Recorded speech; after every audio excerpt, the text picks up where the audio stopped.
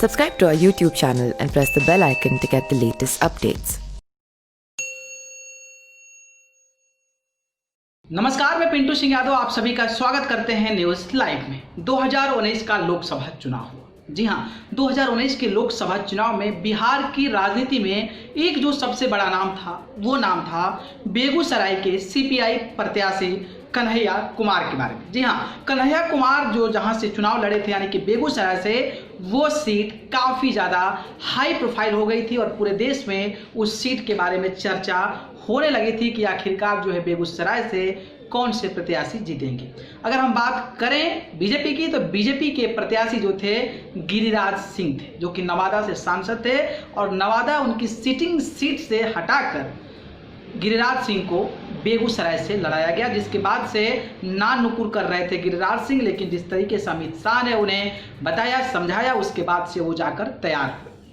और जब जाने के लिए तैयार नहीं थे तभी से कन्हैया कुमार जो है काफ़ी ज़्यादा लाइमलाइट में आ गए, क्योंकि कन्हैया कुमार ने ऐसा बयान दिया था कि गिरिराज सिंह और बीजेपी वाले जो है हमसे डर गए, चेहरे देखकर डर गए और हमारे सामने नहीं आ रहे हैं। लेकिन जिस तरीके से चुनाव हुआ और चुनाव को माहौल को जिस तरीके से सजाया गया, उसको देखकर ऐसा ही लग रहा था कि कन्हैया कुमार जो है काफ़ी ज़्यादा बफर वोट से बेगूसराय लोकसभा सीट जो है जीत जाएंगे। लेकिन आंकड़ा कुछ और ही बताया और जब चुनाव का फाइनल रिजल्ट आया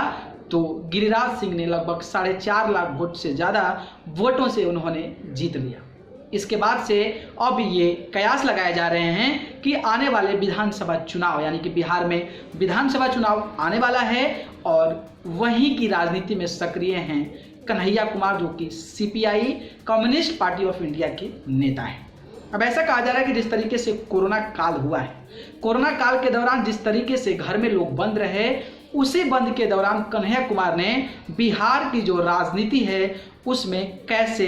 पैठ डालना है, वोटरों को अपने तरफ कैसे आकर्षित करना है, कैसे कैंपेन करना है, कैसे इंटरेक्ट करना है, ये सारी जो पॉलिसी और ये सारी जो चीज़ें हैं वो कहीं ना कहीं कन्हैया कुमार ने इसकी तैयारी कर ली है। जी हाँ, कल दिल्ली में मीटिंग थी सीपीआई यानी कम्युनिस्ट पार्टी ऑफ इंडिया की और उसके बाद से ये फैसला लिया गया कि कन्हैया कुमार अब अनलॉक 2 के दौरान बिहार की राजनीति में सक्रिय हो जाएंगे और तब तक सक्रिय रहेंगे जब तक बिहार में चुनाव नहीं हो जाता है। इससे ये स्पष्ट हो जाता है कि कन्हैया कुमार किसी भी हाल में अब जो है बिहार की राजनीति से पीछे नहीं हटने वाले हैं और बिहार की राजनीति में अपना जो दबदबा है वो कायम बरकरार रखेंगे।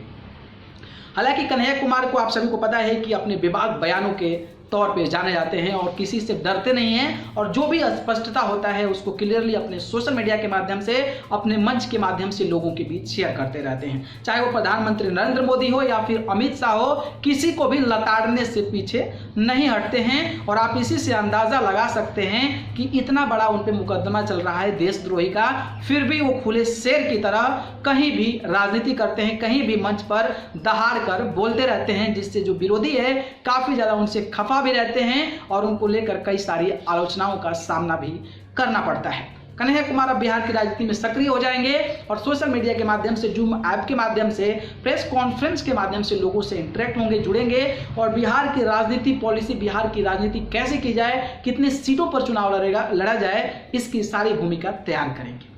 लेकिन एक बात आपको समझनी चाहिए कि अगर कन्हैया कुमार बिहार की राजनीति में और बिहार विधानसभा चुनाव में उतरते हैं तो आखिरकार ये फायदा किसको होगा, ये बात बहुत इंपॉर्टेंट है। और ये कहीं ना कहीं कन्हैया कुमार की एंट्री ये संदेश देगा कि अगर कन्हैया कुमार बीजेपी विरोधी हैं तो क्या बीजेपी को फायदा देंगे या नुकसान करेंगे, ये देखना दिलचस्प होगा। लेकिन जिस तरीके से आंकड़े बताते हैं, जिस तरीके से लोगों की मानसिकता जो सोच है वो बताती है, इससे यही कहा जाता है कि जो कन्हैया कुमार हैं वो कहीं ना कहीं बीजेपी को यानी कि एनडीए को किसी भी प्रकार की दिक्कत नहीं देंगे। अगर वो सक्रिय होते हैं बिहार की राजनीति में तो सबसे बड़ा जो नुकसान होगा वो राष्ट्रीय जनता दल यानी कि आरजेडी को होगा। वो कैसे होगा इसके बारे में आपको बताऊंगा।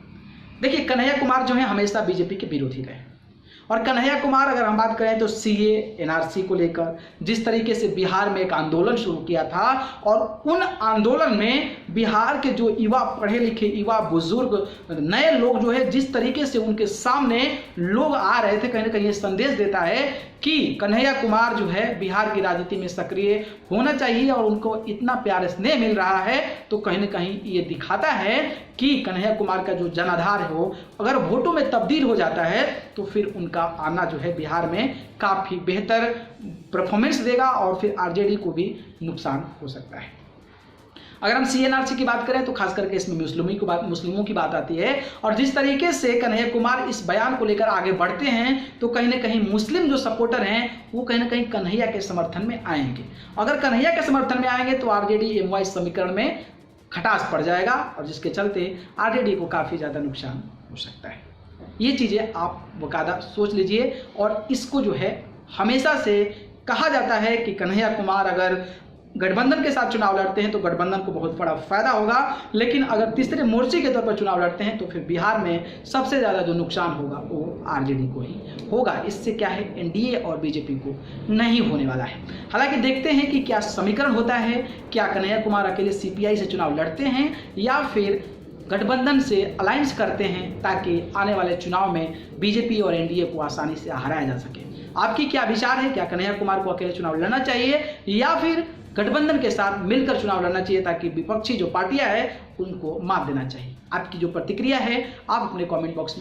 बॉक्स में जरूर बताएं ताकि हमें भी पता चले कि आप क्या सोचते हैं। अगर ये वीडियो पसंद आए तो वीडियो को लाइक कमेंट शेयर करें और चैनल को पसंद करते हैं तो सब्सक्राइब कर जरूर जुड़ें। अगर आप मुझसे जुड़ना चाहते हैं तो आप मुझे फेसबुक, इंस्टाग्राम, ट्विटर पर जाकर पिंटू सिंह यादव सर्च कर जरूर जुड़ें। आप सभी को बहुत बहुत धन्यवाद। नमस्कार। Subscribe to our YouTube channel and press the bell icon to get the latest updates.